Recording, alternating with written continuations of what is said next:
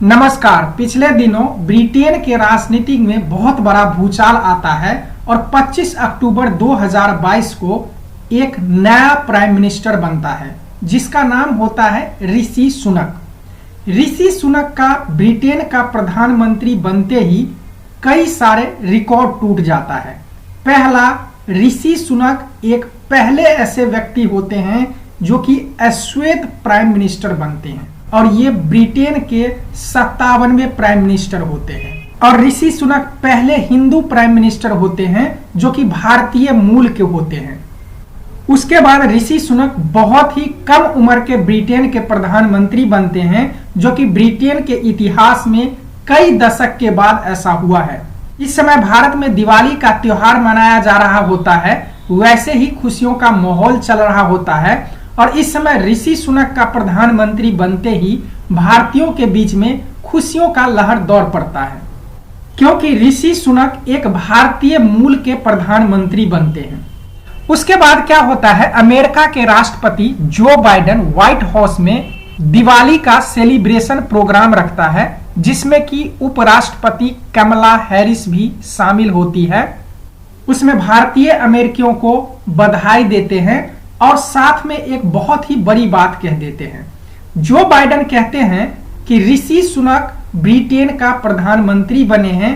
इस समय भारत अपना आजादी का 75वां वर्षगांठ मना रहा है और इधर ब्रिटेन का प्रधानमंत्री ऋषि सुनक एक भारतीय मूल का बनते हैं। तो यानी अमेरिका के राष्ट्रपति जो बाइडेन ऋषि सुनक को कहीं ना कहीं भारत के साथ जोड़ के देख रहे हैं। देखिए, जब अंग्रेज ने हमारे देश पे राज किया था तो भारतीयों के साथ बहुत ही बदसलूकी किया था, बहुत ही अपमान किया था। मैं कुछ अपमान आपको याद दिलाता हूं जो कि ऋषि सुनक के प्रधानमंत्री बनते ही ये अपमान का बदला भारतीयों ने ले लिया। पहला अपमान मैं आपको याद दिलाता हूं जो कि हमारे राष्ट्रपिता महात्मा गांधी के साथ हुआ था। हुआ यूं था कि हमारे राष्ट्रपिता महात्मा गांधी साउथ अफ्रीका के दौरे पे थे और साउथ अफ्रीका के एक शहर डरबन से पिटोरिया के तरफ जा रहे थे। हमारे राष्ट्रपिता महात्मा गांधी ट्रेन पे बैठे हुए थे और फर्स्ट क्लास का टिकट था उनके पास और उसी कंपार्टमेंट में बैठे हुए थे। जब महात्मा गांधी को अंग्रेजों ने देखा वो फर्स्ट क्लास में बैठे हुए हैं कंपार्टमेंट में, सारे अंग्रेज उनके तरफ घूर कर देखने लग गए, ये अश्वेत व्यक्ति कैसे इस कंपार्टमेंट में आ गया है। महात्मा गांधी से उन्होंने कहा, तुम यहाँ क्यों आए हो, ये तुम्हारे लिए नहीं है। क्योंकि महात्मा गांधी के पास फर्स्ट क्लास का टिकट था, जेन्युइन टिकट था। उन्होंने कहा कि मेरे पास टिकट है फर्स्ट क्लास का, इस वजह से मैं यहाँ पे आया हूं। लेकिन अंग्रेज लोग मानते नहीं हैं, उनसे बार बार कहते हैं इस कंपार्टमेंट से चला जाओ, क्योंकि वो कंपार्टमेंट सिर्फ अंग्रेज लोगों के लिए था, बाकी अश्वेत लोगों के लिए वो कंपार्टमेंट नहीं था। इस पे महात्मा गांधी के साथ बहुत देर तक बहस होती है लेकिन अंग्रेज लोग मानते नहीं हैं। बाद में क्या होता है कि एक रेलवे स्टेशन आता है पीटर मार्टिनबर्ग, यहां पे महात्मा गांधी को सामान के साथ अंग्रेज लोग धक्का देकर ट्रेन से उतार देते हैं। इनका कसूर बस इतना था कि ये एक अश्वेत व्यक्ति थे, लेकिन आज वही अश्वेत व्यक्ति और भारतीय मूल के व्यक्ति उसी अंग्रेजों के ऊपर शासन चला रहा है।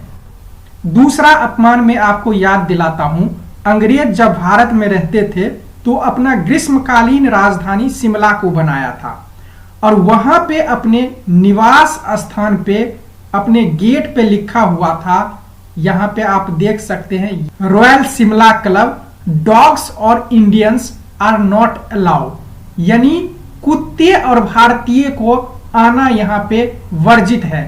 ऐसा अंग्रेजों ने शिमला में अपने निवास स्थान पे लिखा था। लेकिन देखिए वक्त को क्या मंजूर है। देखिए यह है ब्रिटेन के प्राइम मिनिस्टर का आधिकारिक निवास स्थान 10 डाउनिंग स्ट्रीट।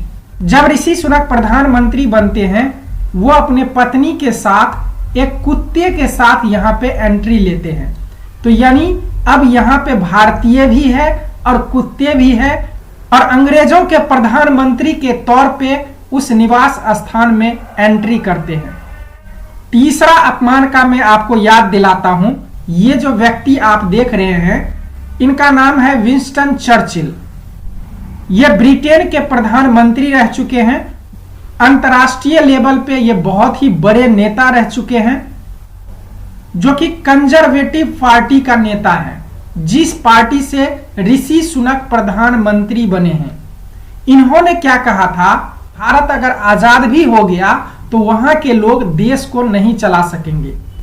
लेकिन अब वो दौर आ गया है कि इनके देश को हमारे देश के एक व्यक्ति शासन चलाएंगे। तो कहने का मतलब ये वक्त कहां और कब और कैसे पलटता है वो किसी को पता नहीं होता है। अब हम जानेंगे ऋषि सुनक कैसे ब्रिटेन का प्रधानमंत्री बने हैं, इनका परिवार किस तरह से संघर्ष करके यहां तक पहुंचा है। देखिए, ऋषि सुनक का जो उपनाम है, उन्हें डेल्स के महाराजा भी कहा जाता है। इनका जन्म 12 मई 1980 में हुआ था। इनका पिता का नाम यशवीर सुनक और माता का नाम उषा सुनक, और एक इनका भाई है जिनका नाम है संजय सुनक। इसका एक बहन है जिनका नाम है राखी सुनक, और इनका एक पत्नी है जो कि भारतीय है। इनका नाम है अक्षता मूर्ति, जो कि भारत के बहुत बड़े उद्योगपति नारायण मूर्ति की बेटी है। और इनके दो बेटी हैं, अनुष्का सुनक और कृष्णा सुनक।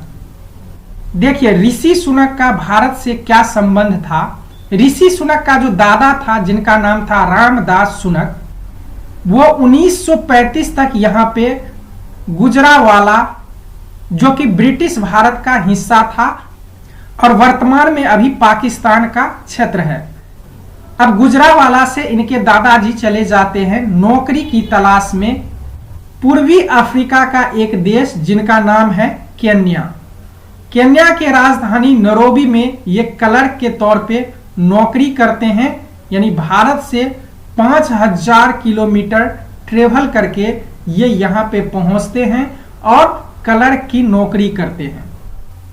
अब ऋषि सुनक के दादा यानी यशवीर सुनक को वहां पे 6 बच्चे हुए, जिसमें से 3 बेटे और 3 बेटियां। उसमें से एक ऋषि सुनक का पिता था। वहीं अगर बात करें ऋषि सुनक के नाना के परिवार का, ऋषि सुनक के जो नाना का जो परिवार था वो पंजाबी परिवार का था।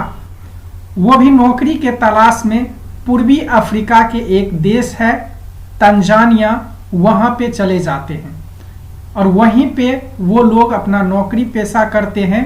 बाद में ये लोग ब्रिटेन चले जाते हैं। अब ऋषि सुनक के जो पिता थे यशवीर सुनक, वो अब केन्या से चले जाते हैं ब्रिटेन पढ़ाई लिखाई करने के लिए। वहां पे वो डॉक्टरी की पढ़ाई करते हैं ब्रिटेन में। और ऋषि सुनक के नानी का परिवार ब्रिटेन जाते हैं। वहीं पे ऋषि सुनक का पिता और माता का दोनों का मुलाकात होता है और ये दोनों शादी कर लेते हैं। शादी के बाद इन दोनों को 3 बच्चे होते हैं, एक ऋषि सुनक, संजय सुनक और एक बेटी राखी सुनक।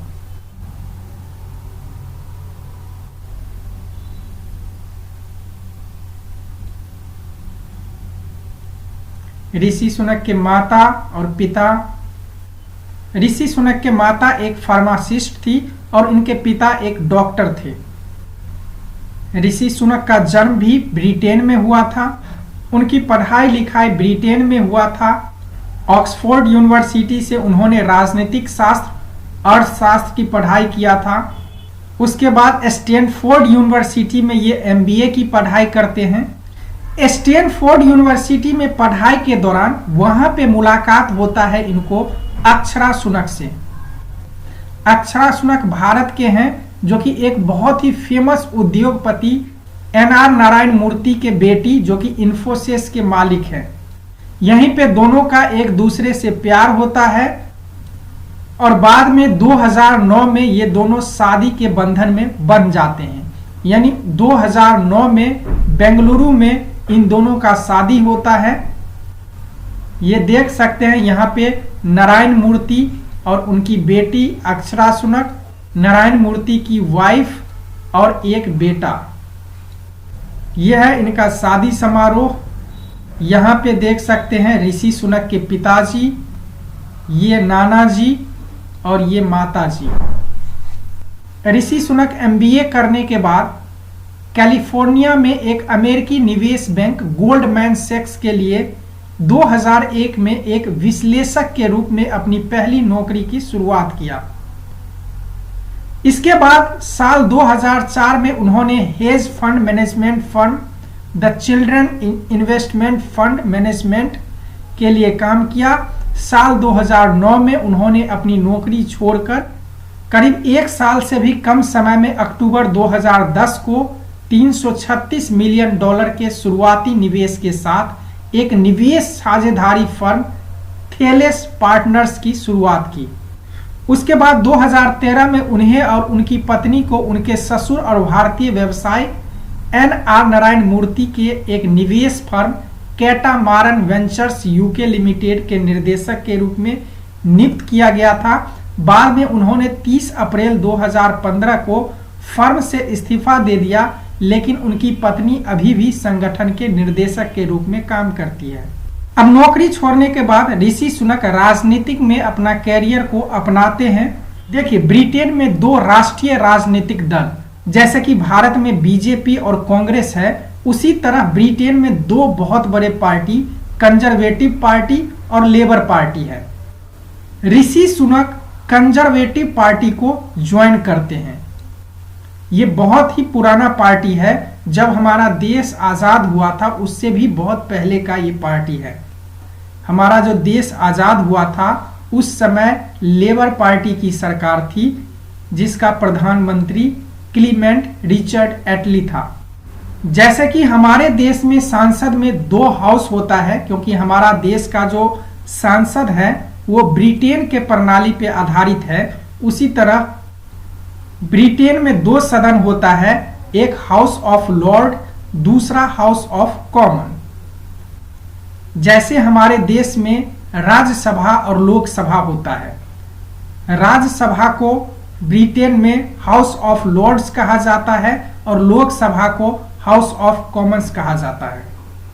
तो ऋषि सुनक को हाउस ऑफ कॉमन्स से इनको एक टिकट मिला चुनाव लड़ने के लिए, और ये इलेक्शन जीत जाते हैं। रिचमंड यॉर्क के ये सांसद बनते हैं, यानी 7 मई 2015 को ये ब्रिटेन के सांसद बन जाते हैं।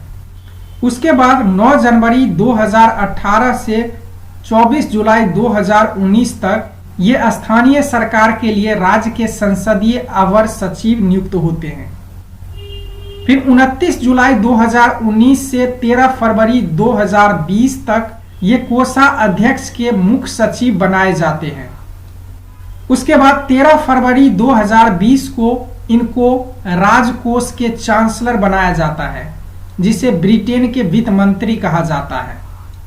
अब एक्चुअली में इनको प्रधानमंत्री बनने का किस्मत किस तरह से खुला, देखिए 2019 में इलेक्शन होता है और कंजर्वेटिव पार्टी इलेक्शन जीत जाती है। उसके बाद ब्रिटेन का प्रधानमंत्री बोरिस जॉनसन बनता है। बोरिस जॉनसन जब प्राइम मिनिस्टर होते हैं तो इन पे कई सारे एलिगेशन लगाया जाता है, कई सारे आरोप लगाया जाता है। उसके बाद ये प्रधानमंत्री पद से हट जाते हैं। फिर 6 सितंबर 2022 को लीज ट्रस ब्रिटेन के प्रधानमंत्री बनती है।